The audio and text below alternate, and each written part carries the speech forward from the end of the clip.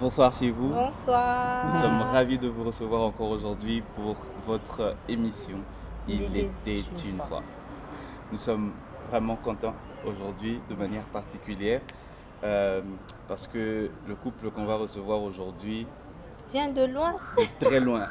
Il vient de très loin et Dieu faisant bien les choses sur les réseaux sociaux. Ah, les réseaux sociaux, tu vois, hein? À part te connaître, on connaît aussi maintenant des bonnes personnes. Vraiment. Au travers des réseaux.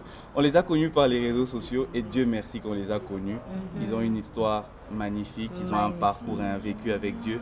Ils ont accepté, malgré leurs multiples tâches, de venir partager leur histoire avec nous aujourd'hui. Et nous recevons pour vous aujourd'hui le couple.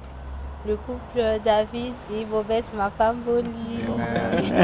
Bonsoir, Bonsoir Papa David. Bonsoir, Bonsoir, ma Bienvenue, chérie. il était une fois. Bonsoir. Bienvenue chez nous. Merci. Merci beaucoup d'avoir accepté notre invitation. Avec plaisir. Merci à vous. On n'y croyait pas. Quand on a écrit, je lui ai dit, écoute, demande un peu. Moi, généralement, quand je ne suis pas sûr, je ne vais pas, je l'envoie. Je dis, Donc, c'est aujourd'hui que le secret sort. on va un peu demander s'il sera d'accord. Et puis, quand vous avez dit que vous étiez d'accord, vous avez un peu de temps à nous accorder. Vraiment, ça nous va droit au cœur. Merci beaucoup. Est-ce que c'est moi qui dis ça ou bien ça sera eux-mêmes? Non, c'est eux qui vont parler de ça. Bon, si vous vous présentiez pour nous, pour ceux qui nous suivent, comme ça ils vont savoir qui sont papa David et maman Bobette. Voilà, donc on est le couple Mapamboli. Nous sommes mariés depuis 18 ans. 18 ans de mariage. Et, nous sommes parents de 3 enfants. Nous habitons précisément en Belgique. Et ensemble, nous dirigeons un ministère pour les couples qui s'appelle Deux valent mieux qu'un. Voilà. Deux valent mieux qu'un. Deux valent mieux qu'un. Nous étions dernièrement à leur rencontre. On était les gagnants. On a gagné. Ouais. Il y avait un jeu concours pour les couples. On a gagné. Vous voyez, hein? On se connaît. Même si elle a échoué. Elle a échoué à une question. Mais c'était vraiment des très bons moments. C'était vraiment des très bons moments. Pour les prochaines éditions, nous sommes sûrs que vous allez venir. C'est vraiment quelque chose de très beau. On a parlé sur le romantisme. Amen. Je me suis rendu compte que tu n'étais pas romantique. j'avais une baisse de romantisme. Hier, on m'a rechargé les batteries. C'était vraiment bien. Bébé, on va recommencer. Non, mais nous sommes vraiment contents de vous recevoir aujourd'hui. On a eu une très brève, on a eu un bref aperçu de votre histoire.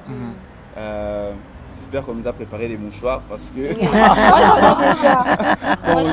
quand on lisait cette histoire, ça pinçait vraiment le cœur.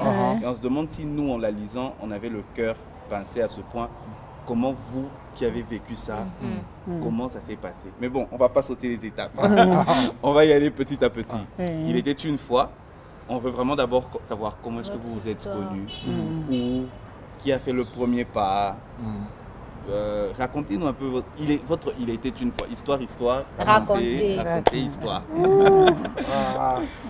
Bon, il était une fois, donc j'étais dans mon coin, j'habitais en Belgique.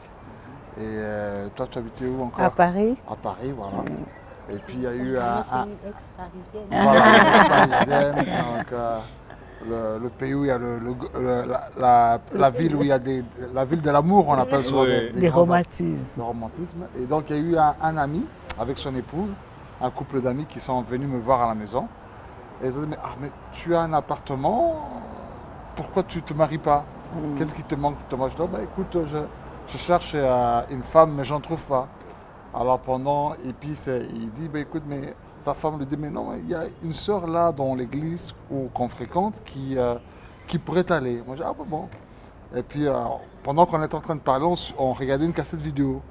Et dans cette cassette vidéo, il y avait des artistes qui chantaient et il y avait des personnes qui faisaient les chœurs. Et ma future femme était parmi les personnes qui faisaient le cœur. Oh. Ok, donc Alors il dit, ah mais c'est Bobette là-bas qui est sur... Pourtant, vous êtes en train de me parler d'elle. Alors je dis, mais j'ai cette cassette-là depuis plusieurs mois La chez cassette moi. était chez vous. Chez moi. Alors tu te rends compte, lorsqu'ils sont partis, je me suis mis à Regardez la cassette. en mettant des pauses dans Voilà, le des pauses. Lorsqu'elle bouge comme ça, je mets une pause. Là. Lorsqu'elle tourne, je mets une pause. Donc c'était vraiment... C'est les romantiques. Alors, et puis quand j'étais vraiment très emballé quand je l'ai vu. Hein, donc, moi, en tout cas, si je pense au jeu où vous avez été gagnant, on avait dit que qu'est-ce qui vous avait frappé la première fois? Sa beauté m'avait frappé. Alors, j'avais trouvé vraiment très très joli tout et tout. Et puis, Là, vous avez fait c'est par rapport aux cassettes ou bien Par rapport vous aux êtes- cassettes. Ah, cassettes seulement. Seulement les cassettes, ça m'avait déjà frappé. J'ai dit non, écoute, cette fille, il faut que j'entre en contact avec elle. Alors, quand mes amis sont partis, il y a aussi un autre pote à moi qui me téléphone le soir. Il me dit, ah David, tu sais, je viens de Paris, j'ai une fille que je voudrais te présenter. Moi, je dis non, mais écoute, je dis, attends, il y a des amis qui m'ont présenté une fille. Puis il lui dit, laisse tomber, moi j'ai une fille. Alors, il savait, en fait, la fille que lui voulait me présenter, C'est toujours. toujours. Waouh. Là, vraiment, vous avez même plus besoin de signes. donc, qu'est-ce qui se passait? Elle fréquentait une église et donc le couple d'amis était avec elle dans la même église. Maintenant, sa mère à elle, qui est aussi à Paris, qui est une servante de Dieu, elle était dans l'église que mon copain me téléphonait, tu vois. Et puis, non, moi j'ai la fille d'une dame ici qu'il faut que... Alors, et puis on a pris le courage, j'étais appelé au téléphone, on a commencé à parler au téléphone. Et puis je dis, bon, écoute, à part les conversations, j'étais devenu très abonné au téléphone. À l'époque, il n'y avait pas tous les réseaux sociaux, il fallait entrer dans les cabines téléphoniques. Donc, et puis j'ai dit, bon, un jour je vais descendre à Paris pour te rencontrer. Et j'arrive à peine à Paris, je lui dis, écoute, Bobette, je suis là à Paris. Non, j'ai pas le temps pour te voir. J'ai quitté. J'ai quitté, j'ai pris des congés, j'ai économisé de l'argent pour te voir. Je dis, tu viens aujourd'hui, maintenant. Alors elle a dit, waouh, il m'a ordonné de venir. Parce que tous les mecs qui lui faisaient la course, des gens qui étaient toujours fais ceci. Maman voulait un peu d'autorité. Elle avait besoin maintenant d'un gars m'a fait autoritaire. du bien. Elle a dit, oh, jamais un gars m'a commandé comme ça. Je vais me faire belle, je vais aller le rencontrer. Donc, maman, tu avais le temps. Alors, J'ai dit, je vais quand même voir cet homme-là. Il est courageux. Comment il m'ordonne de venir? Alors, je dois le voir en tout cas. alors quand elle m'a vu, je lui ai fait la bise et puis elle me dit, elle est partie au coin, elle a dit à son copain, elle me dit, mais ton gars il s'est pas parfumé, il a pas mis. Parce qu'elle aimait toi, des parfums vraiment classe. Moi, j'étais pas encore comme aujourd'hui, classe des parfums, c'était toujours des petits parfums là, des petits trucs. Et puis il dit non, mais c'est pas un problème, tu vas l'aider, tout ceci là. On est parti maintenant au... Pardon. Voilà. Moi, j'ai prévu ce genre de choses. J'ai des bouées. J'ai des bouées. Premier bouée. Non, ça c'est le deuxième bouée. Le premier bouée, c'est les sœurs de la chorale, de l'église. Sœur, vous savez pas où est-ce que votre cassette va tomber. Donc, quand le caméraman passe à l'église, faites-vous belle, on ne sait jamais. Le frère avait une cassette, il ne savait pas que madame était dedans. Donc vous ne savez pas qui va vous voir dans les lives Facebook, les lives YouTube des églises. Soyez belle quand vous allez dimanche, ne soyez pas renfogné.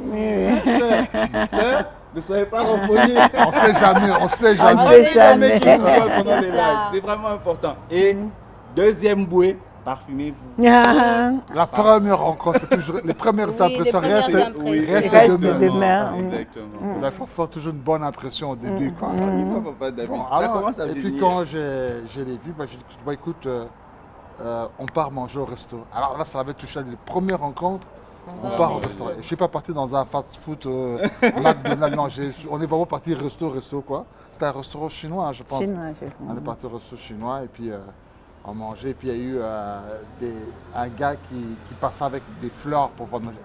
Il faut que je l'achète à la fin. Parce que si je n'achète pas cette fleur, elle ne m'avait pas demandé. Mais le gars passait avec des fleurs. Je dis, ça c'est un test pour moi. Elle va se demander est-ce qu'il va faire ou pas. Le gars vient, monsieur, vous voulez des fleurs? Vous voulez des fleurs? Moi, le gars vient ici là. J'ai combien? Le gars, le gars aussi en profil. Il a dit, bon, il a dit, sans doute c'est sa première rencontre avec cette fille. il m'a taxé le prix. Je ne pouvais pas discuter parce que sinon, elle allait me dire, Il se parfume pas. Alors, j'ai donné l'argent et puis elle était très contente. Et puis, ce jour-là, je lui ai lancé ma flamme d'amour. Écoute, depuis un certain temps, je t'appelle au téléphone, tout et tout. Mais si je suis venu ici, c'est parce que je t'aime, je veux fonder ma relation avec toi. Mais je ne l'aimais pas. Hein. En tout cas, franchement, je ne l'aimais pas. Je disais un pasteur. Hey, pardon. Lui, il était déjà pasteur. Oui, oui. Ouais, okay. J'ai dit non, un pasteur, moi, je ne me vois pas être maman pasteur. Hein. Non, non, non. Je suis une sœur, servante de Dieu, et je m'arrête là. Quoi. Tu avais une mauvaise image des pasteurs ou une mauvaise Ils expérience? sont toujours pauvres et tout. Aujourd'hui, les pasteurs, aujourd'hui, toutes les filles veulent maintenant les pasteurs parce que Dieu, mais tu vois, mais avant, bon, pour moi, c'était aussi, tu vois, l'œuvre de Dieu aujourd'hui, les gens voient que c'est vraiment, c'est facile, c'est là où on va s'enrichir et tout. Non, nous, on ne voyait pas ça. Hein. Nous, c'était la responsabilité, tu vois. Hey, kilo, maman pasteur et tout, tu vois. Mais sinon, après, quand il ne m'appelait plus, il y avait 2 jours, 4 jours, quand il ne m'appelle pas, je dis, il me manque quand même. Hein, la voix là, c'était... Et ben, donc, c'était ça, quoi. Mais, entre le moment où vous avez commencé les appels, le moment où on vous a parlé d'elle, vous avez commencé les appels, et le jour où vous êtes allé déclarer votre flamme, il s'est passé combien de temps à peu près? Je me rappelle bien. Non, pas une année. 1 mois. 1 mois. Ouais, à partir du moment où donc, on te parle de moi directement. Tu non, à partir du moment où on m'a parlé de toi et on a commencé à parler au téléphone, je n'ai pas attendu 1 an pour te rencontrer. C'était après quelques semaines après. Quelques semaines après. Et je me dis que non, il faut qu'on fasse tout pour que je puisse te voir. Okay. Et je suis parti. Et dès que vous êtes arrivé, vous l'avez pas vu, avant de continuer. Avant de continuer à parler. Ah, d'accord. Mais ça n'avait pas encore la relation. On n'avait pas encore la relation. Parce qu'au téléphone, c'était juste, on parlait, j'essayais de déglisser des petits mots, mais ce n'était pas encore la flèche qu'il fallait lancer. Mais, après, j'ai dit, bon, quand on se rencontre, c'est là que j'ai lancé la flèche. Quoi. Maman Bobette, vous, quand il vous a appelé, c'est quelqu'un que vous ne connaissez pas. Oui. Vous voyez un numéro juste de Belgique qui vous appelle. C'était quoi votre impression? Comment vous l'avez pris? Est-ce que vous lui avez demandé où est-ce que tu as eu mon numéro? Qui t'a parlé de moi? Au fait, l'ami qui lui a parlé de moi, on priait ensemble. Donc, c'était... il travaille avec mon pasteur. Okay. Mon pasteur, c'est une femme. C'était une femme, bon, c'est toujours mon pasteur. Alors, l'ami là me disait toujours, toi, je te vois toujours avec David, mon ami David. Tu vas t'épouser avec David. Alors moi, je ne le connaissais pas encore. Okay. Hein? Donc, comme il a vu David, il disait, toi, tu vas te marier. Moi, je te vois avec David, pas avec d'autres personnes. Parce que moi, j'étais évangéliste des hommes. Hein? J'amenais des hommes et tout là. Alors, à l'église. Et j'ai changé. Et les gens croyaient que j'étais une fille un peu moins sérieuse. Mais moi, j'utilisais ma beauté. Quand quelqu'un me draguait, en tout cas, je l'amenais à l'église. Alors, quand j'amène ces gens-là à l'église, les gens croyaient que non, hey, cette fille-là et tout là. Mais mon pasteur savait que non, c'était pas comme ça. Alors, maintenant, comme il voyait tous ces hommes-là, il disait non, toi là, ton nom c'est David, tu vois. Alors, quand on m'a parlé de David, je ne le connaissais pas encore, mais lorsqu'il m'a dit que c'est un pasteur, il va t'appeler et tout, il m'a vraiment convaincu. Alors je dis, pourquoi pas l'écouter? On ne sait jamais. Lorsqu'elle a entendu. Mais c'est vrai, hein? Il parle bien, il parle trop bien en tout cas. Et... vous avez dit que... Il était beau, hein? Il était mignon, mais il était... pasteur. Non, pas pasteur, mais il était déjà pasteur. Déjà là, je n'aimais pas, mais après, il n'était pas vraiment attirant et tout. Mais tu vois un garçon mignon et tout là, que au Congo, ça allait quelque chose, mais oui, à venir. C'est ça le problème. Le problème, c'est que la plupart, que ce soit les frères comme les sœurs aujourd'hui, on veut des produits finis. Les produits finis. Ce qui est là, le pan, Oui. ici sera érigé. Oui, oui. On n'arrive pas Oui, à se oui. projeter et voir Oui. que non. Il suffit qu'une touche de peinture Oui. ici, un petit crépusage ici, puis ça Après, va ça aller. va, Mais on on veut fait pas quelque ça. chose. Aujourd'hui, on veut du prêt à porter, Oui, du oui. prêt à manger, du prêt à tout. Non. Parce que moi, directement, en tout cas, je l'ai changé directement parce que je suis la Parisienne. Hein? J'étais la Parisienne, donc directement. Oui. Donc, il était beau, mais il s'est négligé. Oui. Il était seul, c'est normal et tout là. Alors, ma mère, comme elle est quelqu'un de... Hein, elle dit non, Bobette, un parfum. On changeait qu'à ça pas toi, et tout là. Il sera beau. Alors, c'est ce qu'on a Je me fait. rappelle que les gens me disaient, ouh, Donc, il quitte France pour retourner en Belgique. Les gens disaient, Change. waouh! Qu'est-ce qui s'est passé là-bas? C'est ce genre de changements-là qu'on veut que vous nous apportez. Oui, oui. Pourquoi tu me ça. regardes? Non, c'est Et donc, ça. la suite, papa David. Voilà, la suite, alors quand je lui ai dit que je lui ai lancé la flamme, bon, elle ne m'a pas fait traîner hein, comme certaines histoires où je vais réfléchir, je vais prier, je vais rentrer en retraite, je vais écouter ce que le mentor va dire. Non, elle, directement, elle m'a dit oui. Lorsque je lui ai lancé la flamme, Le même jour-là. Le même jour, elle était vraiment emballée, elle était bon. tout là. Et puis elle m'a dit non, mais comme je dis oui, mais il faut que tu viennes dans mon église, je te montre à Mon pasteur mon et tout. pasteur, et puis tu vois aussi ma maman. Et donc le lendemain, je suis parti au culte. Sans doute son pasteur pensait que c'est encore toutes les brebis laines qu'elle a. de laine. Il a dit, ah, l'évangéliste vient des ramènes. Alors le pasteur vient, ah Bobette, tu as amené encore. Il a perdu, et puis il dit, non, c'est pas vrai. Mais c'est mon prétendant, il veut me fiancer, tout. Et le pasteur m'a dit, papa, est-ce que tu as une voiture? Moi je dis, non, je n'ai pas de voiture, mais Bobette n'a même pas se promener à pied, elle faut se promener. Après, elle m'a vraiment apprécié, parce que le pasteur c'était une femme dans l'église. Et après ça, je suis parti voir sa maman. Sa maman aussi, elle m'a beaucoup apprécié et tout. Et puis bon, du coup là, Les choses les choses sont parties quoi. Ok. Et donc à partir de ce moment-là, vous avez commencé à cheminer ensemble, mais l'un à Belgique et l'autre à Paris. Ah ouais, donc c'était vraiment Des faire va-et-vient. tout, des va-et-vient. J'étais devenu, je pense qu'on donnait des trophées Abonné. du meilleur client qui prend le bus ou bien le train. J'étais l'un des meilleurs parce que j'étais tout le temps, presque après 2 semaines, je vais la voir. Ok. Moindre petite fête d'anniversaire, je vais la voir. Un petit congé par-ci par-là, je partais là. Et vous avez passé combien de temps comme ça pendant les fiançailles avant de vous marier? Pas longtemps. Pas longtemps. 6 mois. Hein? Ouais, pratiquement. Non, attendez, c'était Attends, en 2002, novembre 2002. 2002 et à mai, on était à mai. Mariage doit continuer au mois de mai. Et puis le mariage religieux, on l'a fait au mois d'août. Donc c'était pratiquement pas une année, hein, donc moins d'une année. Non, moins d'une année. Mais il avait peur, hein? Il allait me perdre, hein? Donc il fallait qu'il fasse, il fallait qu'il fasse vite, hein? pouvez pas vous faire Une Parisienne comme ça, tu la laisses et quelqu'un d'autre va la voir, il hein? faut que je me case là et je réserve ma place que personne d'autre.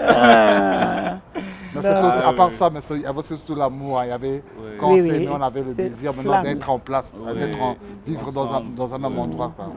Et maman, vous, c'est à partir de quel moment que vous avez commencé vraiment à sentir beaucoup d'amour pour lui? Parce que vous aviez dit au début que c'était pas trop Il y ça. avait beaucoup Il de- était beau, mais Non, moi c'était vraiment au téléphone, hein? ok. Quand il te parle, en tout cas, waouh!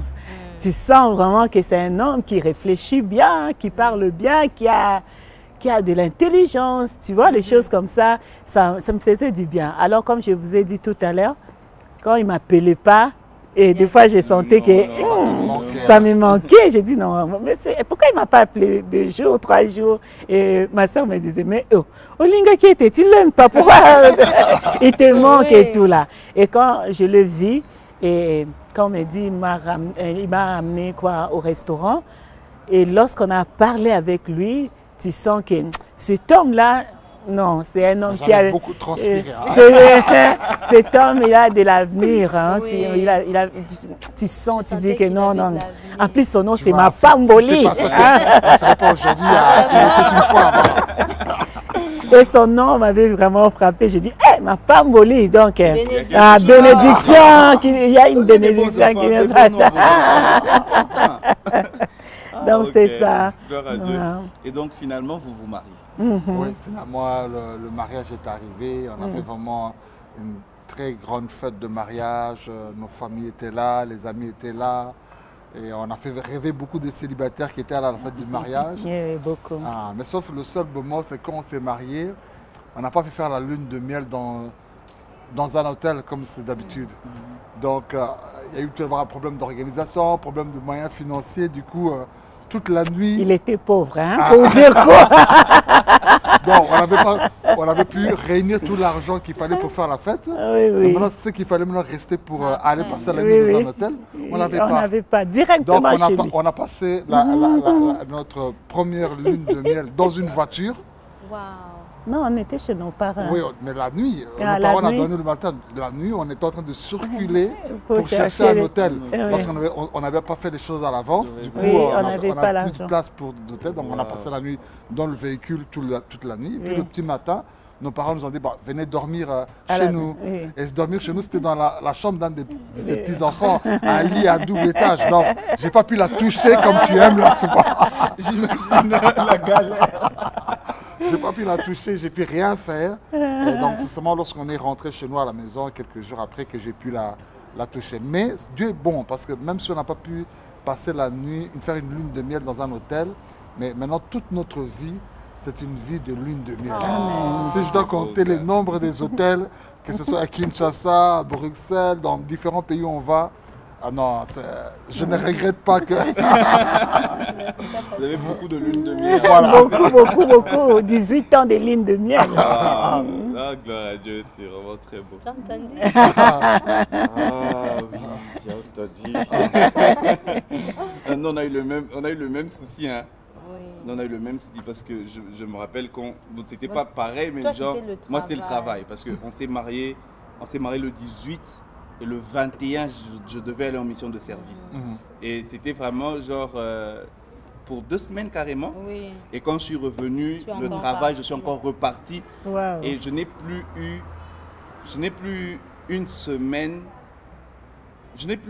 eu une semaine de congé avant 2 ans. Ah, Avant 2 ans. Dans la première fois qu'on est allé en vacances, c'était l'année Ouais. c'était en début de cette année. Ah, Depuis, d'accord. oui, on s'est marié On s'est en 2019. Ah. Mais la première fois que j'ai eu des vacances de 2 semaines, c'était cette année. Ah, je, bon. je me suis dit, bon, écoute, tu sais quoi, je t'offre les 2 semaines. Ah. Et on est parti en voyage, on a vraiment passé des très bons moments. Ah, on oui. a vraiment senti qu'on en Oui, avait oui, besoin. c'est Ça ça. nous a vraiment fait beaucoup de Oui. bien. Gloire à Dieu. Donc c'était juste un peu pour dire qu'il y a beaucoup de choses qui se passent pendant qu'on se marie. On planifie certaines choses, mais les choses se passent de autrement. manière compliquée parfois. Mais Dieu sait comment il fait les choses de Amen, toutes les façons. amen. C'est Bah, je suis ça. sûr si on avait fait ça même Même pendant si on ce avait moment-là, planifié, on ça n'allait n'allait pas être pas, comme ça, ouais. ça n'allait pas être aussi bien, on n'allait pas enjoy à cause de beaucoup de choses. Dont on va parler à Papa David. Ça c'est mon off, c'est inbox. Non mais c'est vraiment ça. Oui. Alors on entre maintenant dans le vif du sujet.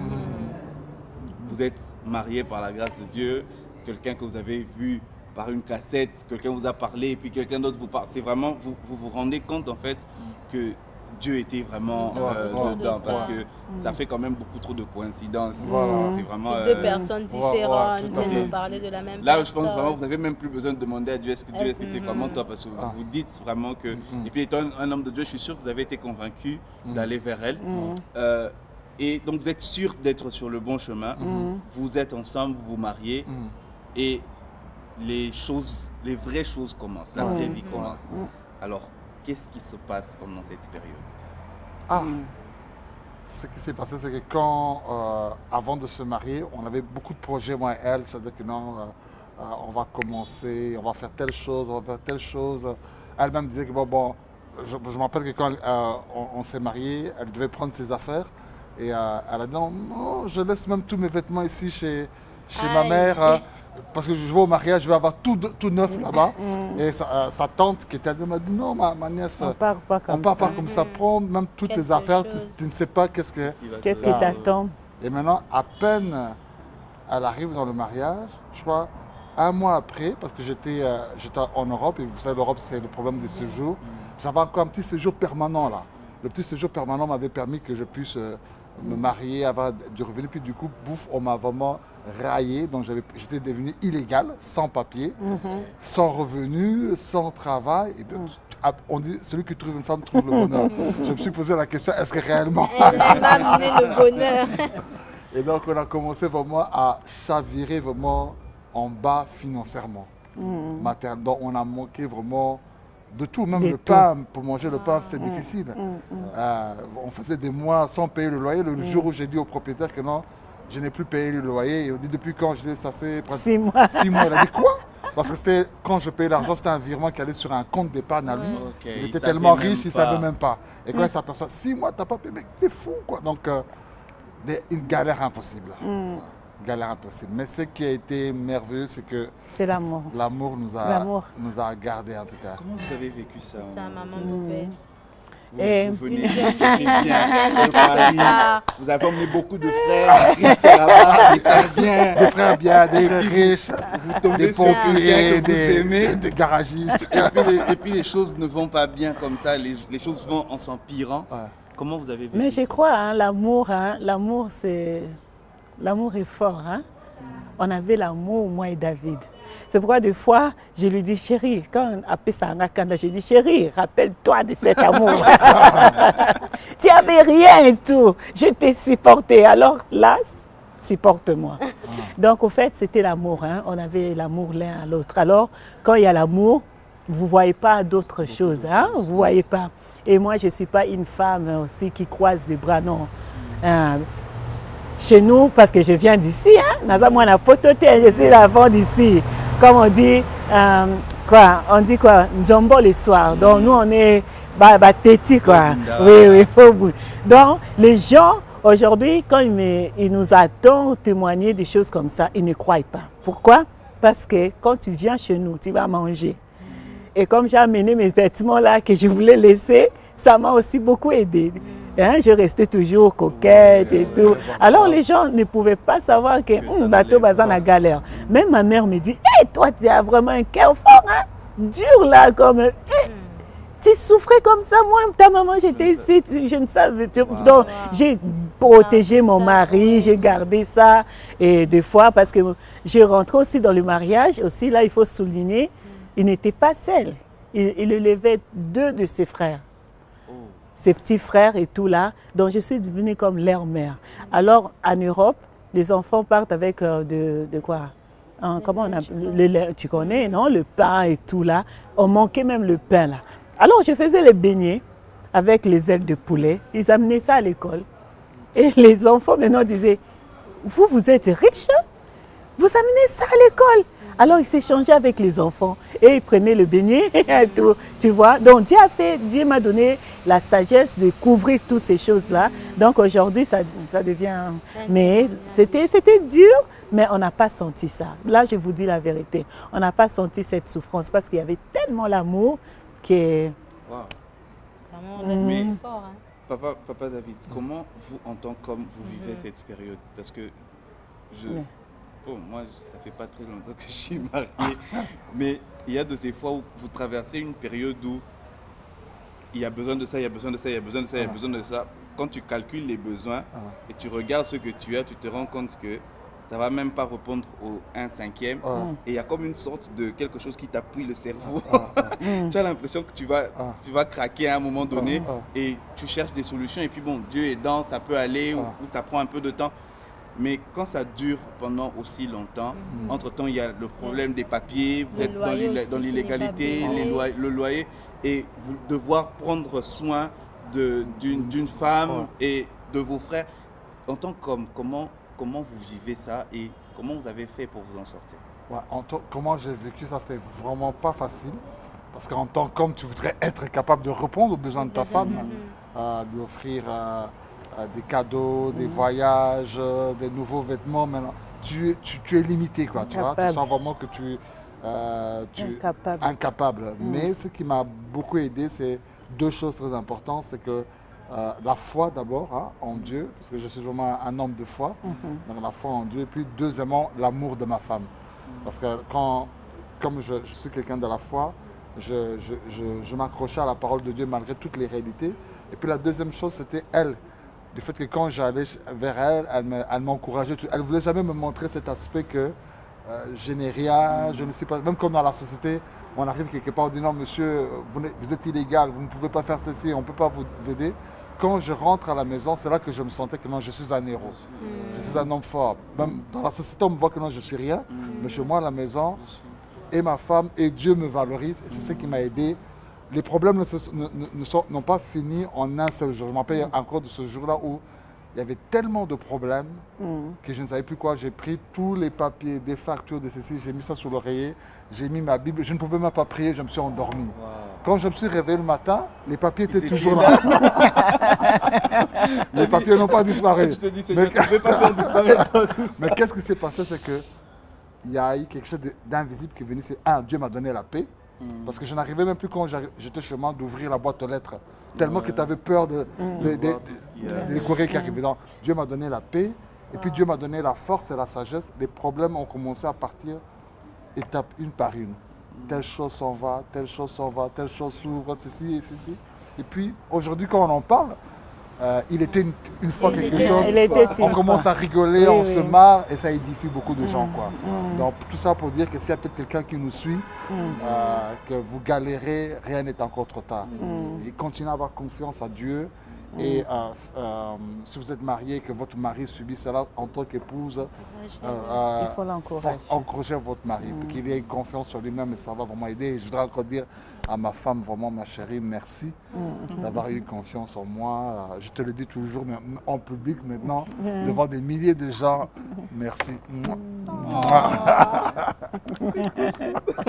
mais j'ai aimé une phrase que vous avez dit, c'est que même quand à l'extérieur, ça n'allait pas, on vous rabaissait et tout ça, mais quand vous rentrez chez vous, vous étiez un héros. Ça, c'est vraiment quelque chose de fort. Quelque chose de fort. Il y a même un couple dont on nous racontait l'histoire, on est en train de voir comment les recevoir. Ils étaient en galère déjà, ils avaient déjà des problèmes, mais une fois, il y a un problème à la maison et la maison où ils habitaient brûle. Mais ils n'avaient nulle part où aller. Alors, ils ont habité une maison sans toiture, brûlée, sans rien, avec un bébé. Pendant des jours et des jours. Et ils habitaient comme ça. Et Dieu faisant les choses qu'il fait aujourd'hui, ils sont revenus habiter sur la même avenue, mais ils ont une magnifique maison. Et on était même en train de dire, Dieu est vraiment ironique. Il vous ramène vraiment au même endroit pour que les gens voient. Ce sont les mêmes personnes qui habitaient la maison brûlée, mais c'est eux qui aujourd'hui habitent dans cette belle maison-là. Ça, c'est Dieu. Ça, c'est Dieu. Amen. Il y a des choses, quand vous les entendez, vous avez l'impression que c'est faux. Vous avez l'impression que c'est un théâtre. C'est un théâtre, mais c'est la réalité, oui, c'est la réalité. Et donc, papa, pendant que toutes ces choses se passaient, comme si ça ne suffisait pas, les enfants ne venaient pas. Oui, parce que quand on se marie, comme toute personne qui se marie, le rêve c'est que avoir des enfants, la fille on va l'appeler Cécile, le garçon s'appellera Cécile, une chambre Cécile, tout bien. Et ma femme, on a vraiment désiré avoir des enfants, mais il y a eu des difficultés. Il y a eu d'abord une première grossesse, une fausse couche après quelques mois. Ensuite, il y a eu une deuxième grossesse qui était assez compliquée. La tension a commencé à augmenter. On a interné ma femme. On a dit qu'on doit provoquer la grossesse. Donc, on a eu une petite fille, Blessing, prématurée de 6 mois. 6 mois. Et quand ma femme est sortie de l'hôpital, l'enfant devait rester dans la couveuse à l'hôpital. Et donc on devait faire toujours l'aller-retour chaque jour pour allaiter l'enfant et tout et tout. Et puis un jour, on nous a annoncé qu'après, je crois, 3 semaines, un mois, la couveuse, elle est morte. On nous informe qu'elle est décédée, elle n'a pas pu survivre. Voilà. Et comment vous arrivez à dépasser ça? Parce que vous avez attendu d'abord un moment. Finalement, il y a une première grossesse, c'est une fausse couche, et puis une deuxième grossesse, quand même, vous voyez quand même l'enfant, et on vous dit qu'il y a quand même de l'espoir, et puis qu'après un temps comme ça, on vous dit qu'elle n'est plus là. Comment vous faites là, c'est vraiment des deux côtés. Maman, comment vous faites pour surmonter ça? Et papa, comment vous faites pour déjà vous-même surmonter ça, mais aussi l'aider elle? Parce qu'en ce moment-là, on pense que c'est elle qui est vraiment le plus... qui est vraiment le plus choqué dans cette histoire. Comment vous avez pu vivre cette étape et comment vous avez pu surmonter ça? Waouh, c'était dur. Bon, premièrement, on a pleuré. Hein. On a pleuré beaucoup, on a beaucoup pleuré. On se disait pourquoi Dieu, pourquoi pas un autre couple, seulement nous et tout. Et puis, comment surmonter cela? Donc, la première chose, on n'a plus seulement que se tourner vers Dieu. La foi en Jésus. Hein, de placer notre foi en Dieu, de faire confiance que peu importe ce qui nous arrive, Dieu a toujours le contrôle de cela. Et puis, deuxièmement, j'ai dû accompagner ma femme, l'aider à finir le deuil, parce que souvent, quand on reste dans le regret du passé, ça bloque. Ça bloque encore pour avoir des enfants. Là, le travail, c'était vraiment de pouvoir changer sa mentalité par rapport à cela. Je me rappelle, il y avait un ami pasteur qui m'avait, pour me taquiner, hein, parce que je souffrais aussi, il dit, David, on bétaquine à gauche, ce qu'on bétane à droite. Donc tu frappais du pied gauche, tu frappes maintenant du pied droit. Pour ceux qui sont mariés, vous comprenez. Alors, ceux qui ne sont pas mariés, on vous interdit de comprendre. Alors je dis, bon, comme je suis de gaucher nature, bon, je dis, je vais me faire droitier cette fois-ci. Alors en faisant par la droite, ça marchait. Et ma femme s'est retrouvée de nouveau enceinte, quoi. Mais je ne sais pas, peut-être toi, ton espérance. Oui, c'était dur, hein. C'était dur. Parce que vous savez, hein, quand vous avez déjà, on vous annonce seulement déjà que vous avez un bébé, tu l'aimes déjà, hein, donc c'est mon bébé, tu as des projets et tout. Oui, oui. On va acheter des trucs à manger, oui. tu vas pas manger. Oui. Là, tu t'inquiètes. C'était dur, mais notre couple, c'est une histoire d'amour. Ah oui, c'est une histoire d'amour. Il y a même, oui. je ne vous interromps pas, oui, mais Emmanuel, le décorateur, oui. Quand il était debout ici à un moment, il m'a dit, mais il ne se lâche pas la main. Depuis qu'ils sont arrivés, ils ont la main de l'un de l'autre. Il dit, oui, j'ai remarqué la même chose. Il dit, oui, j'ai remarqué la même chose. Il m'a dit, ils sont très amoureux, ça se voit. Il m'a beaucoup aidé, hein, mon mari m'a beaucoup aidé. Et puis, c'est la prière aussi. La prière aussi nous a beaucoup aidé. Et c'est ça aussi qui m'a aidé à concevoir vite. Hein, parce que j'ai perdu l'enfant à 2004 et à 2005, j'ai accouché l'autre. Mais l'autre qui a aussi une histoire encore. Mais donc, vraiment, ça passait vite. Le Saint-Esprit m'a beaucoup consolé. Et c'est ça, on a surmonté ça en tout cas. Donc, quand vous avez raconté l'histoire, vous disiez que vous dépassez l'étape de deuil. Maman tombe encore enceinte. Mais cette fois-là, encore, il y a un autre problème. Encore une histoire. Qu'est-ce qui se passe en ce moment-là? C'est vrai que quand elle tombe enceinte, déjà, tout le monde est très surpris. On dit, à peine elle sort du deuil. Et même dans sa femme, on disait, mais Bobette, pourquoi tu te retrouves encore enceinte? Il y aura des problèmes. Et tu bon, c'est le Seigneur. Et donc, elle tombe enceinte. Et maintenant, on part faire l'échographie. Donc, ce qui était différent, c'est que à la première grossesse, je ne l'accompagnais pas trop durant la grossesse. Les consultations chez le médecin, l'échographie, même à la naissance du bébé, je n'étais même pas là dans la salle et tout. Maintenant, cette fois-ci, à la naissance du premier bébé, je n'étais... Des blessings. Des blessings, je ne pouvais pas être tout près de ça. Parce qu'elle était permise. Ouais. Alors maintenant, avec le deuxième enfant, ça m'a d'abord conscientisé de vraiment de prier chaque jour pour cet enfant. Dès qu'elle m'a appris qu'elle était enceinte, j'ai commencé à imposer mes mains à l'enfant dans le ventre, à parler à l'enfant. On avait déjà donné le nom de l'enfant avant que l'enfant ne naisse, donc je parlais souvent à l'enfant. Et puis quand elle avait ses rendez-vous chez le médecin, je l'accompagnais tout le temps. Je faisais tout que ce jour-là, je sois là. Et puis il y a un jour où on fait l'échographie, le médecin dit non, l'enfant que vous portez dans le ventre est mongol. C'est-à-dire, je ne sais pas comment, trisonome, hein? La trisomie. Voilà. Est-ce qu'il y a quelqu'un dans votre famille qui a ça, peut-être du côté du monsieur ou de madame? On n'a personne. Et puis, en tout cas, on ne vous conseillerait pas que l'enfant naisse comme ça parce que c'est beaucoup de souffrance. Vaut mieux avorter pour vous épargner ces choses-là. Alors, ma femme est venue. Et à un moment, il y avait une tension entre nous. Hein, mais qu'est-ce qui se passe? Et puis là, on s'est ressaisi. Et on a dit, Seigneur, fais quelque chose. Et c'est là que Dieu nous a inspiré de prendre la Sainte Seine. On avait l'habitude de prendre la Sainte Seine depuis notre conversion, mais l'aspect de la Sainte Seine comme un repas miraculeux dans le couple, dans la famille, c'est là qu'on a tout découvert. Et là, le Seigneur nous a fait comprendre que non, sa chair, c'est vraiment une nourriture. Si les gens peuvent prendre du poison, on est conscient que le poison peut tuer quelqu'un ou faire du mal dans le corps.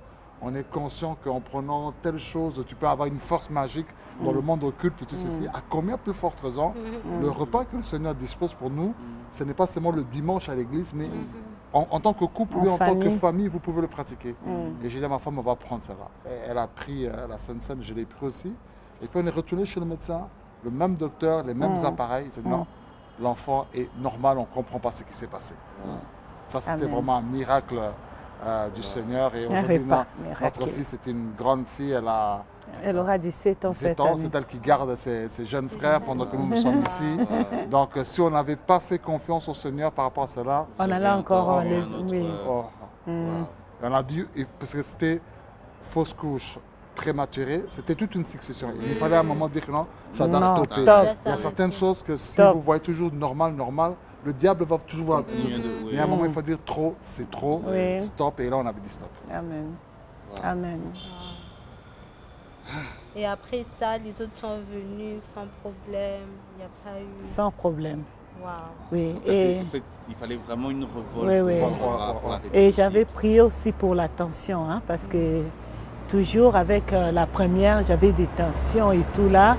Moi aussi, j'ai failli mourir hein, avec Blessing, la première qui était partie. Donc, j'ai dit non, Seigneur. Donc, je ne vais plus souffrir la tension et tout. Mais malheureusement, toutes mes grossesses, j'ai accouché avec césarienne. Hein, mais je vois mes enfants. Mais la tension, en tout cas, je n'ai plus avec le 3 qui reste, le 3 que j'ai eu. Oui, Glory Dieu, c'est des jolis bébés, des jolis enfants. On les salue. Oui, Glory Dieu, c'est des... C'est vraiment... Même le fait d'en parler aussi facilement et aujourd'hui d'en rire, ça se voit vraiment que Dieu est passé par là. Amen. Parce que je me dis, c'est des choses que on peut entendre ça, mais vivre ça, c'est difficile. Vous venez de vous marier. Avec beaucoup de combats. J'ose même pas imaginer. Et papa David, maman Bobette, comment est-ce qu'on fait dans ce genre de situation pour arriver à garder la foi, vous voyez? Parce que c'était comme une succession des événements qui arrivaient. Les hommes peuvent considérer ça comme des échecs. Vous cherchez du travail, vous n'en avez pas parce que vous n'avez pas de papier, vous êtes dans un pays étranger, vous vous mariez, les enfants, c'est des compliqués. Mais vous aussi, en tant qu'homme de Dieu, comment vous avez fait pour garder la foi? Parce que vous êtes homme de Dieu, oui, mais vous êtes aussi un homme, un humain. En tout cas, le premier secret, c'était continuer à faire confiance à Dieu. On s'est dit, on s'est, parce que comme on n'avait aucune occupation, donc on était toujours à la maison, à prier ensemble, à lire la parole de Dieu, à écouter des prédications. Et donc toutes ces choses nous ont poussé à faire confiance à Dieu malgré les situations, à vraiment croire que les miracles que Dieu fait dans la Bible, nous pouvons aussi le vivre. Et puis deuxièmement, non seulement la confiance à Dieu, mais on s'est fait confiance l'un à l'autre. Personne, je n'ai pas commencé à condamner ou culpabiliser ma femme que c'est ta faute qu'on n'a pas d'enfant, tout ceci. Elle aussi n'a pas commencé à me culpabiliser que non, regarde le mari d'autrui, il fait ceci, pourquoi toi tu ne fais pas ceci? Regarde tel, ils sont partis au Congo, nous on n'est pas encore partis au Congo. Regarde tel a fait ceci. Non, on a eu tous confiance l'un à l'autre et ça nous a permis vraiment de pouvoir traverser vraiment cette épreuve-là. Donc, je ne sais pas, Cyril, si tu penses aussi. Tu as tout dit, tu as bien dit. Il y a d'autres questions des internautes? Oui. L'autre question, c'est si vous pouviez changer quelque chose dans votre parcours, quelle serait cette chose? Waouh! Moi, j'ai dit. C'est que notre parcours, si je vendais notre parcours au cinéaste, notre film peut faire même des prix d'Oscar, de Molière. ou soit même je donne l'histoire à des écrivains, ils vont se faire de l'argent. Donc, non, je ne vais rien regretter parce que je pense que même le parcours a été difficile, mais aujourd'hui, ce qu'on vit, ce sont ces parcours-là. Peut-être que s'il n'y avait pas ces parcours, on ne serait pas aujourd'hui avec vous pour partager tout ça. Donc, ça faisait peut-être mal sur le moment, mais maintenant, en prenant du recul, on dit, c'était vraiment nécessaire qu'on puisse passer par ce chemin. Parce que là, maintenant, on parle des familles, on parle de choses, de couples. Si on n'avait pas une histoire, qu'est-ce qu'on allait raconter, tu vois? Donc, moi, je crois que chaque étape dans la vie est nécessaire.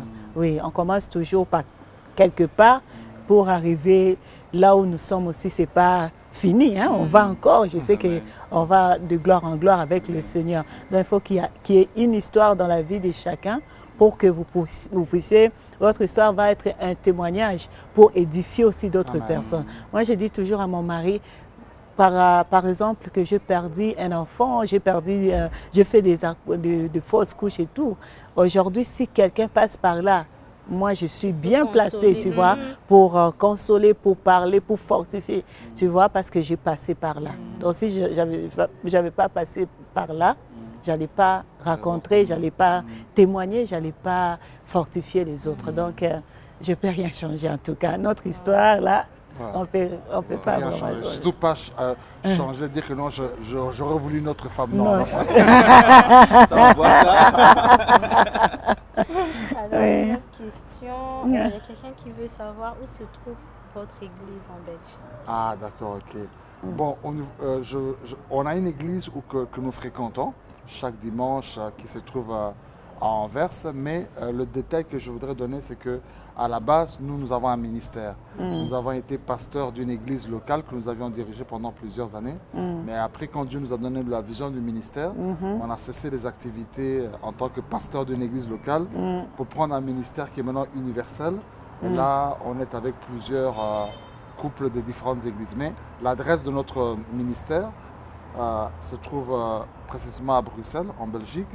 Et il y a maintenant des représentations.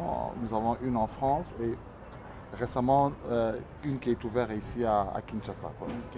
Mais vous avez des pages sur lesquelles ils peuvent se connecter pour avoir des informations? Oui, bien sûr. Nous avons notre page Facebook 2 Valmiuka. Donc 2 Valmiuka, il faut bien écrire le chiffre 2, Val, mieux, et puis 1. Donc page Facebook.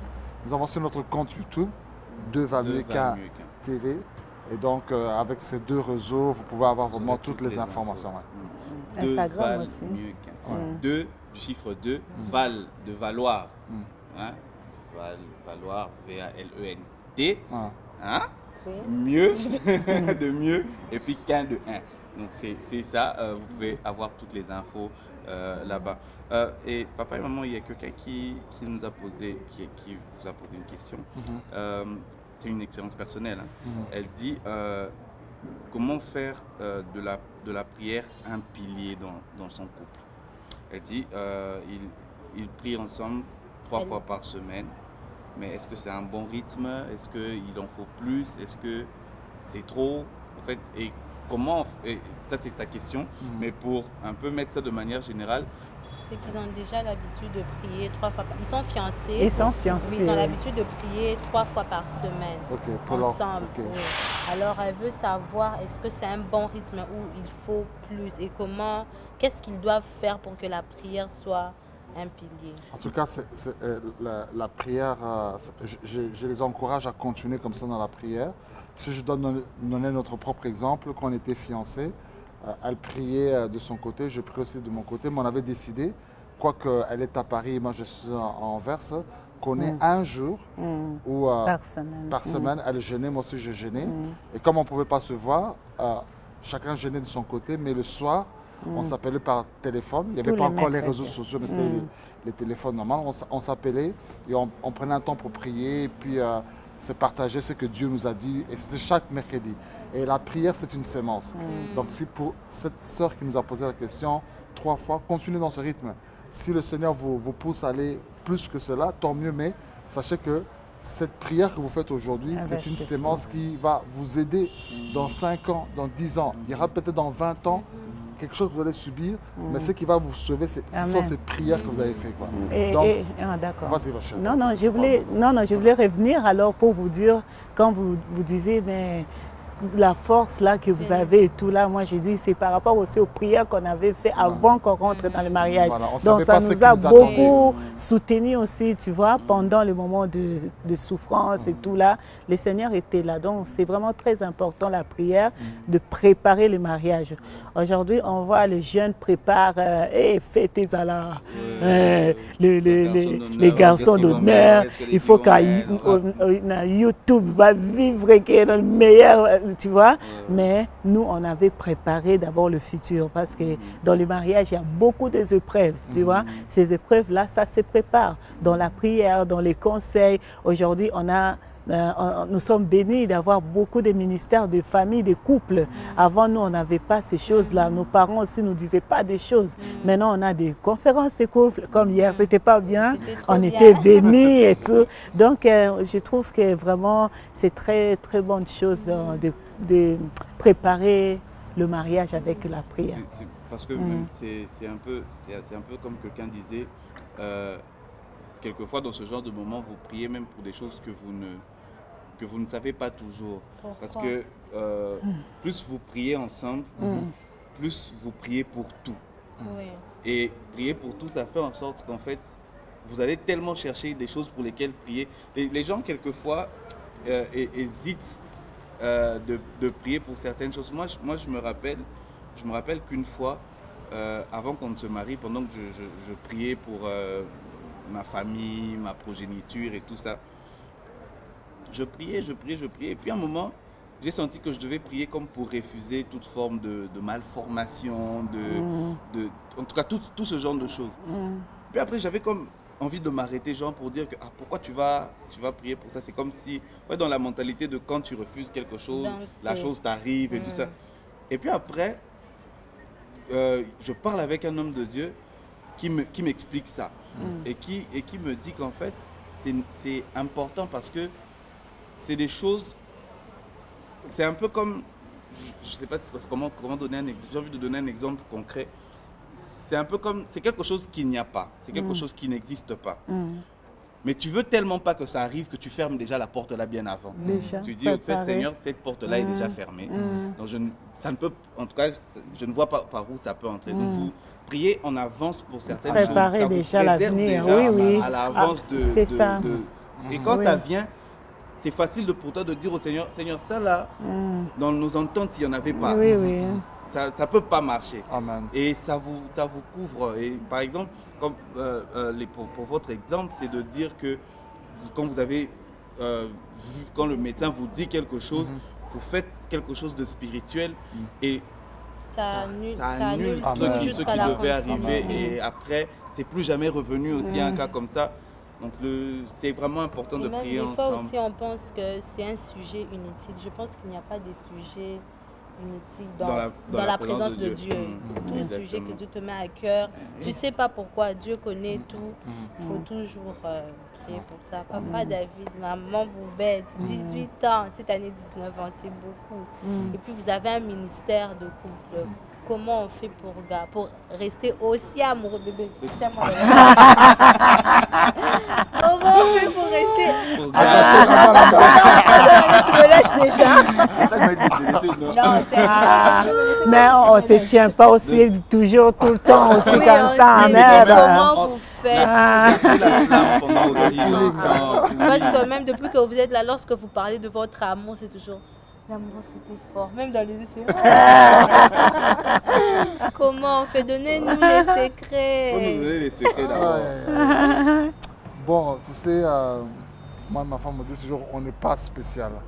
Pas spécial. On n'est pas spécial. On est comme tous les couples. Il peut nous arriver beaucoup aussi de problèmes. Des incompréhensions, on peut se disputer, mais il faut maintenant rester un couple flexible à être transformé par Dieu et flexible de pouvoir demander pardon, accorder une seconde chance, non, parce qu'on a commis des erreurs, on a commis des faiblesses, mais on a eu cette flexibilité de nous laisser transformer par Dieu et surtout accepter que je puisse changer pour elle, elle puisse changer pour moi.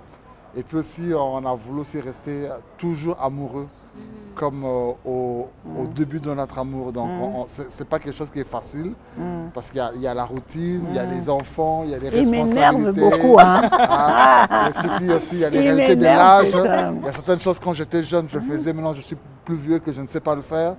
Donc, il y a toutes ces réalités qui sont là. Maintenant, on s'efforce. Vraiment, c'est quelque chose, tu dois te dire que non, pour sauver notre amour, il faut que je me batte. Même si je n'ai pas envie, mais je dois le faire. Quoi. Donc, rester amoureux toujours. C'est vraiment, un travail à faire. Un travail, ouais. C'est un travail hein, de tous les jours. Hein, parce qu'il y a d'autres personnes, ils nous regardent et disent, est-ce que vous soignez? Est-ce que vous chamaillez aussi? On a des problèmes. Hein. Des fois, je vous dis la vérité. Des fois, ils m'énervent.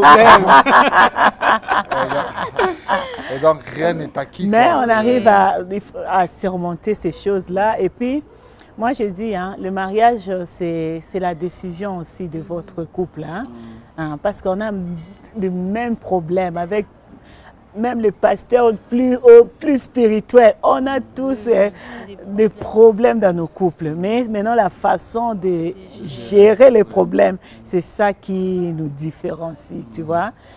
Moi, j'ai choisi de pardonner mon mari quand il me fait les choses. Mais il y a d'autres couples, ils ne veulent pas pardonner et ils partent même jusqu'au divorce. Parce que je peux dire aussi que Deval Miekin nous a beaucoup aidés. Comme mon mari vient de dire, on n'est pas parfait pour parler des couples aux autres. Parce que nous-mêmes, on a nos difficultés. Mais on est seulement disponible pour que le Seigneur nous utilise et tout là. Alors, au travers de Deval Miekin, nous grandissons aussi, nous apprenions des choses et tout là, et c'est vraiment formidable, quoi. Oui, oui, c'est formidable. En tout cas, en parlant de Deval Miekin, d'où est-ce que c'est venu? Comment est-ce que ça a commencé? Qu'est-ce que c'est exactement? Et parlez-nous un tout petit peu de tout ce qu'il y a autour de Deval Miekin. Ok, Deval Miekin, c'est un ministère qui est venu un jour où le Seigneur nous a demandé d'arrêter avec l'église locale pour commencer un ministère de couple. Le nom de Deval Miekin, c'est ma femme, que Dieu est passé par elle pour nous inspirer ce nom-là. Donc on a d'abord commencé par des émissions à la télé. Après les émissions de la télé, on a commencé à organiser nous-mêmes des programmes où on a invité les couples. On a vu vraiment que le Seigneur était là parce qu'il y a eu beaucoup de familles qui ont été bénies. Et donc ce ministère est centré sur les mariés, aussi sur les fiancés et aussi sur les célibataires. Et c'est un ministère qui fait des activités au niveau des réseaux sociaux, mais aussi en présentiel, dans des soirées de gala, dans des séminaires de coaching, dans des conférences pour les couples, ainsi de suite. Quoi. Merci beaucoup, Papa David. Merci, maman. C'était vraiment... Merci à vous. Merci à vous. Merci à vous. Ça nous a vraiment fait beaucoup de bien. Et Papa David, avant qu'on puisse terminer, je vais vous demander une prière. Généralement, pendant l'émission, on sait que chacun, et ça c'est quasiment pour toutes les émissions qu'on a eu à passer, chacun se retrouve à une certaine séquence de votre parcours. Il y a d'autres qui sont fiancés, qui ne sont pas encore entrés dans le mariage, mais qui, en entendant votre histoire, se rendent compte qu'en fait, il peut y arriver ceci, il peut arriver ceci, il peut arriver ceci. Il y a de ceux en qui ça peut provoquer de la peur. Il y a de ceux en qui ça peut provoquer de l'appréhension. Il y a de ceux qui peuvent même peut-être se dire que tiens, si c'est comme ça, alors je préfère ne pas me marier. Alors, pour cette catégorie de gens-là, on voudrait avoir la prière, mais aussi, donc pour chaque catégorie, selon votre parcours, il y a ceux qui ne sont pas encore entrés, qui sont au point de choisir que est-ce que c'est la bonne personne, est-ce que la personne qu'on m'a proposée c'est la bonne, quelqu'un qui a besoin d'un signe de la part de Dieu pour dire que c'est la bonne. Pourquoi pas une cassette sur YouTube où elle voit la sœur de la chorale. Il y a vraiment certainement des gens qui se retrouvent... Et aussi le Facebook. Hein? Il y a certainement des gens qui se retrouvent à une certaine étape de votre vie. Il y a un couple qui a perdu un enfant certainement. Il y a un couple qui ne conçoit pas encore. Il y a un couple qui a un enfant à problème. Ou qui traverse par des moments très difficiles. Manque de papier à l'étranger. En tout cas, peu importe l'étape dans laquelle la personne peut se trouver, nous demandons pour une prière de votre part. Nous savons que le Dieu qui agit avec vous peut agir Amen. en leur faveur Amen. et nous va agir en leur faveur. Et nous voulons vraiment demander la prière par rapport à ça. Ok, on va prier. La Bible dit que si deux personnes s'accordent un commun accord, le Seigneur va leur accorder. Et donc, on va prier par rapport à toutes ces directives que le Seigneur donne. Et après ma prière, je laisserai aussi ma femme faire une prière aussi de bénédiction pour tout le public qui nous suit. Seigneur notre Dieu, nous voulons te dire encore merci parce que c'est toi qui as été présent ce soir dans cette émission. Et nous voulons, Seigneur, te remettre toute la gloire au Dieu pour ce que nous avons pu dire de ta part. Je viens prier à cet instant, Seigneur, à toutes les personnes qui sont en train de suivre cette émission par toutes les voies, que ce soit par la télé, que ce soit par les réseaux sociaux, que ce soit par une vidéo qui leur a été postée. Père, tu connais toutes ces personnes. Je pense à tous ceux qui sont célibataires et qui nous suivent à cet instant, qui vivent la crise de la solitude. Seigneur, brise cette crise de la solitude. Au nom de Jésus. Sois celui qui conduit leurs pas. Tu as des projets de paix et de bonheur pour eux. Amen. Aide-les à marcher dans le bon endroit, à être là où il faut, au moment qu'il faut, et de rencontrer la personne qu'il faut. Oui, je prie pour quelqu'un que Dieu aujourd'hui conduise tes pas à être à l'endroit où il faut, au moment qu'il faut, et pour rencontrer la personne qu'il faut. Autrefois, tu étais souvent là où il ne fallait pas. Autrefois, tu rencontrais les personnes qu'il ne fallait pas. Autrefois, tu allais dans une saison qui n'était pas ta saison. Mais aujourd'hui, Dieu te fait entrer dans la bonne saison, dans la bonne direction et à rencontrer la personne de ta destinée. Je prie, Seigneur, pour tous ceux qui sont déjà engagés dans des relations de fiançailles.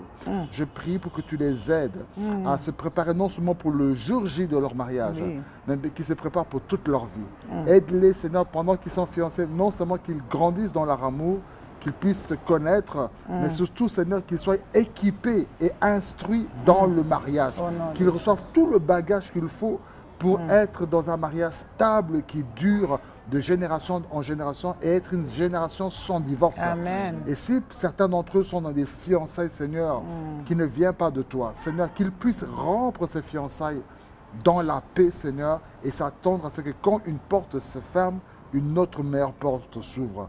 Nous prions pour tous ceux qui sont entrés dans le mariage, Seigneur. Seigneur, qu'ils vivent un mariage épanoui. Seigneur, nous ne sommes pas parfaits, mais nous savons que lorsque nous te faisons confiance, tu es capable de tout changer. Tu as changé l'eau en vin, Seigneur, dans le mariage de Cana. Tu peux aussi changer, Seigneur, un couple qui passe par une difficulté quelconque, sur le plan spirituel, sur le plan de la fécondité, sur le plan financier, sur le plan de communication. Seigneur, peu importe sa situation, soit le miracle pour au nom de Jésus. Amen. Nous pensons aussi à ceux qui ont perdu des êtres chers. Ils se sont retrouvés veuves ou veuves très jeunes. Seigneur, nous prions que tu sois une consolation pour eux, que tu les aides. S'ils ont pris la décision de rester ainsi jusqu'à la fin de leur vie, Seigneur, tu leur donneras la force. S'ils ressentent le besoin, Seigneur, de commencer une nouvelle histoire, tu es capable, comme tu avais fait pour Ruth, de commencer une nouvelle histoire pour un veuve ou une veuve. Je prie aussi pour les divorcés, ceux qui sont déçus, Seigneur, qui sont abattus, que tu leur redonnes l'espoir. Au nom de Jésus. Que tu es capable de réparer même un couple qui était divorcé après plusieurs années. Et Seigneur, si une nouvelle page doit s'ouvrir dans leur vie, Seigneur, que les échecs du passé ne reviennent pas dans cette nouvelle histoire. Nous bénissons toutes les familles, Seigneur, qui nous ont suivis. Et nous bénissons, Seigneur, le couple qui nous a reçus, Willy et Ace, Seigneur, que tu bénisses ce travail qu'ils font et toute leur équipe, Seigneur, pour ta gloire, Seigneur. Alléluia. Ma chérie, tu vas aussi prier. Oh, Éternel, mon Dieu, je bénis toutes les femmes, Seigneur, qui nous regardent à ces moments. Amen. Seigneur. Alléluia. Il y a des femmes qui ont des problèmes graves pour concevoir. Et ce soir, recevez vos enfants dans le nom de Jésus-Christ. Alléluia. Il y a une femme qui pleure. Alléluia. Parce qu'elle fait des fausses couches. Mais le Seigneur te donne maintenant des enfants au nom de Jésus-Christ. Au nom de Jésus. Le Seigneur console des femmes qui sont restées longtemps dans le mariage sans enfants. Ce soir, le Seigneur me dit de vous dire qu'il vous bénit. Au nom de Jésus. Alléluia, roba sheke. Alléluia, ronda basheke. Oh yes. Il y a aussi des femmes qui ont un cœur qui ne pardonne pas. Et le Seigneur, ce soir, vous demande de pardonner à vos maris. Amen. De pardonner, car le pardon, c'est ça qui est une puissance qui libère. Amen. Le pardon libère une famille ce soir. Amen. Si tu pardonnes à ton mari, ce que tu cherches là, tu l'auras. Parce que c'est ça qui va te libérer. Amen. Toi qui as le problème avec ton mari, que tu ne veux pas pardonner, le Seigneur ce soir te demande de pardonner à ton mari. Et ce que tu cherches va t'ouvrir. Les enfants vont venir parce que Dieu, c'est un Dieu qui pardonne nos péchés. Alléluia. Merci Jésus. Merci parce que tu nous as fait grâce, Seigneur, d'être devant ton peuple et tu connais le besoin de tout un chacun. Éternel, ce que nous avons parlé, Seigneur, Papa, va au-delà, Papa, des besoins de tes enfants et accorde-leur, Seigneur. Après notre passage dans cette émission, nous voulons écouter des témoignages parce que tu es notre Dieu et tu veux nous faire toujours du bien, Seigneur, mon Dieu, mon roi. Reçois tout l'honneur, la gloire et que ton nom, Seigneur, soit glorifié et bénis, Seigneur, ces couples, Seigneur, mon Dieu. Ils sont jeunes, Papa, mais ils veulent, Seigneur, mon Dieu, mon roi, être une bénédiction pour beaucoup de gens, pour beaucoup de jeunes. Seigneur, bénis-les, utilise-les puissamment, Papa. Accorde la sagesse, la maturité et qu'ils vivent longtemps, Seigneur, mon Dieu, mon roi. Papa, ouvre des portes afin qu'ils soient des sources de bénédiction pour plusieurs gens. Au nom de Jésus-Christ de Nazareth, reçois tout l'honneur. Au nom de Jésus, nous t'avons ainsi prié. Merci, Seigneur Jésus. Alors qu'on est en train de clôturer, pendant que maman était en train de déclarer, j'ai ressenti dans mon cœur le besoin de parler à une dame en particulier. Une dame qui sort de sa 3e fausse couche il y a exactement 2 ans. Il y a 2 ans que la dame a eu sa dernière fausse couche et depuis ces 2 ans, elle et son mari ont arrêté d'aller ensemble parce qu'elle en a marre. Elle a dit qu'elle ne supporterait pas d'en avoir une autre et qu'elle mettrait fin à sa vie si elle perdait un autre enfant. Les médecins lui ont dit qu'elle ne pouvait pas garder de grossesse. C'est pour ça que jusque-là, ça partait et ça commence à créer vraiment des tensions entre elle et son mari. Mais alors que la servante de Dieu était en train de parler, le Seigneur m'a demandé de vous mettre à cœur de passer à l'acte de la Sainte Seine comme il l'avait fait en leur temps quand ça n'allait pas. Et après cet acte de la Sainte Seine, allez ensemble. Comptez 10 mois. Amen. Et si vous n'avez pas des jumeaux, le Seigneur Alléluia. n'a pas parlé aujourd'hui. Yes. Et vous allez témoigner de ce que le Seigneur aura fait. Amen. Je vois le mois de décembre. Je vois le mois de décembre. Au mois de décembre. Et le signe que Dieu me donne de vous dire que c'est vous, c'est la première émission que vous allez suivre. Vous n'avez jamais entendu parler de cette émission. Et cette émission vous sera envoyée par votre sœur. C'est votre sœur qui va vous partager le lien de cette émission. Mais c'est l'émission qui va changer votre vie. Amen. Merci. Et je sais que nous allons témoigner de votre parcours et de votre vie en décembre dans cette même émission. Amen. Que le Seigneur vous bénisse. Au nom de Jésus. Amen. Merci Papa David. Merci. Maman Robert. Amen. Je vous bénisse abondamment. Amen. Merci pour votre passage. Ça fait beaucoup de bien. Amen. Votre histoire est merveilleuse. Amen. Abonnez-vous. N'oubliez pas d'activer les cloches. Ouh, il y a le fait là. Elle est tellement grande. Merci pour cette émission. Il y a les Merci piles. d'avoir été avec nous. Oui. Rendez-vous au prochain numéro. Et papa et maman, rendez-vous à la prochaine édition de Deval Mieuxquin avec les couples. Amen. Vous avez raté cette fois-ci, ne ratez pas la prochaine. Nous, on sera là. Nous, il faut déjà nous mettre présents. On va encore gagner. Mais il fallait porter le t-shirt des Deval Mieuxquin On aujourd'hui. allait les mettre, mais comme vous avez dit qu'on devait mettre autre chose, on s'est dit, mais on va les porter pour la prochaine Oui, émission. et on veut le voir en tout cas. Très bonne soirée à vous. Merci de nous avoir suivis. Bye. Bye chez vous. Bye. Merci.